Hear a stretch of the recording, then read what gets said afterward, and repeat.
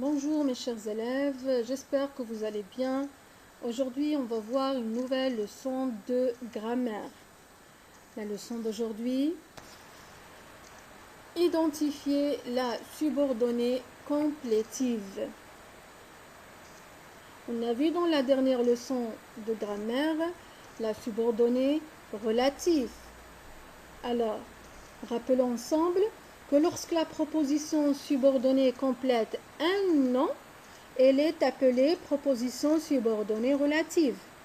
Elle est introduite par un pronom relatif et elle donne des informations sur le nom appelé antécédent. Aujourd'hui, nous allons voir une nouvelle catégorie de propositions subordonnées. C'est la subordonnée complétive. C'est une des grandes différences avec la proposition subordonnée complétive que nous allons voir aujourd'hui dans cette vidéo. Observons l'exemple. Je vous dis que je n'ai rien vu. Je vous dis que je n'ai rien vu. Analysons notre phrase complexe. Regardez. Il y a deux verbes conjugués, le verbe dire et le verbe voir et vu au passé composé.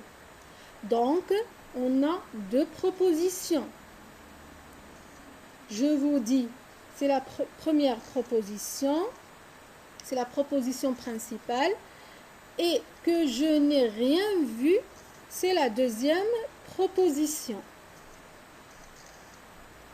Comme vous voyez, la deuxième proposition est souvent représentée sous une forme d'un complément d'objet du verbe de la proposition principale et reliée avec celle-ci, c'est-à-dire avec la proposition principale, à l'aide de la conjonction que. Alors, que je n'ai rien vu est une proposition subordonnée complétive qui est complément du verbe dire. Je vous dis quoi? Que je n'ai rien vu. À retenir.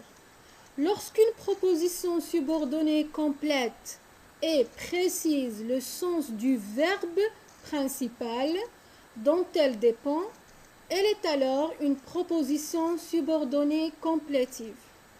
Elle est souvent introduite par la conjonction de subordination que, à ce que, de ce que, etc.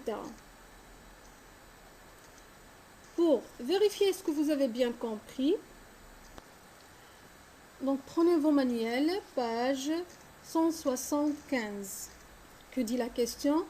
Pour chaque phrase, indique le verbe qui est complété par une proposition complétive. La première phrase. Marwa attend que Raja se décide à la suivre. Alors, où est le verbe qui est complété par une proposition complétive? La deuxième phrase. J'espère qu'il va te plaire.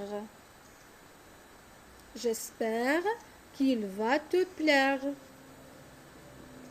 La troisième phrase. Il aimerait que ses parents lui offrent un chat pour son anniversaire. Et la quatrième phrase, je pense qu'il vaudrait mieux te taire. Bien. Donc voilà la correction de l'exercice. La première phrase, Marwa attend que Raja se décide à la suivre.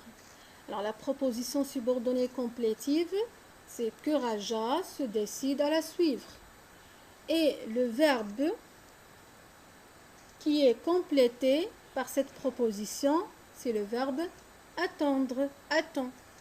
La deuxième phrase, c'est le verbe espère. La troisième phrase, aimerait. Et la quatrième phrase, pense. Et comme vous voyez, on a souligné les propositions subordonnées complétives. Marwa attend quoi? Que Raja se décide à la suivre. J'espère quoi? Qu'il va te plaire. Il aimerait quoi? Que ses parents lui offrent un chat pour son anniversaire. Je pense quoi? Qu'il vaudrait mieux te taire. Bon, j'espère que vous avez bien compris la leçon d'aujourd'hui et je vous demande de faire les exercices de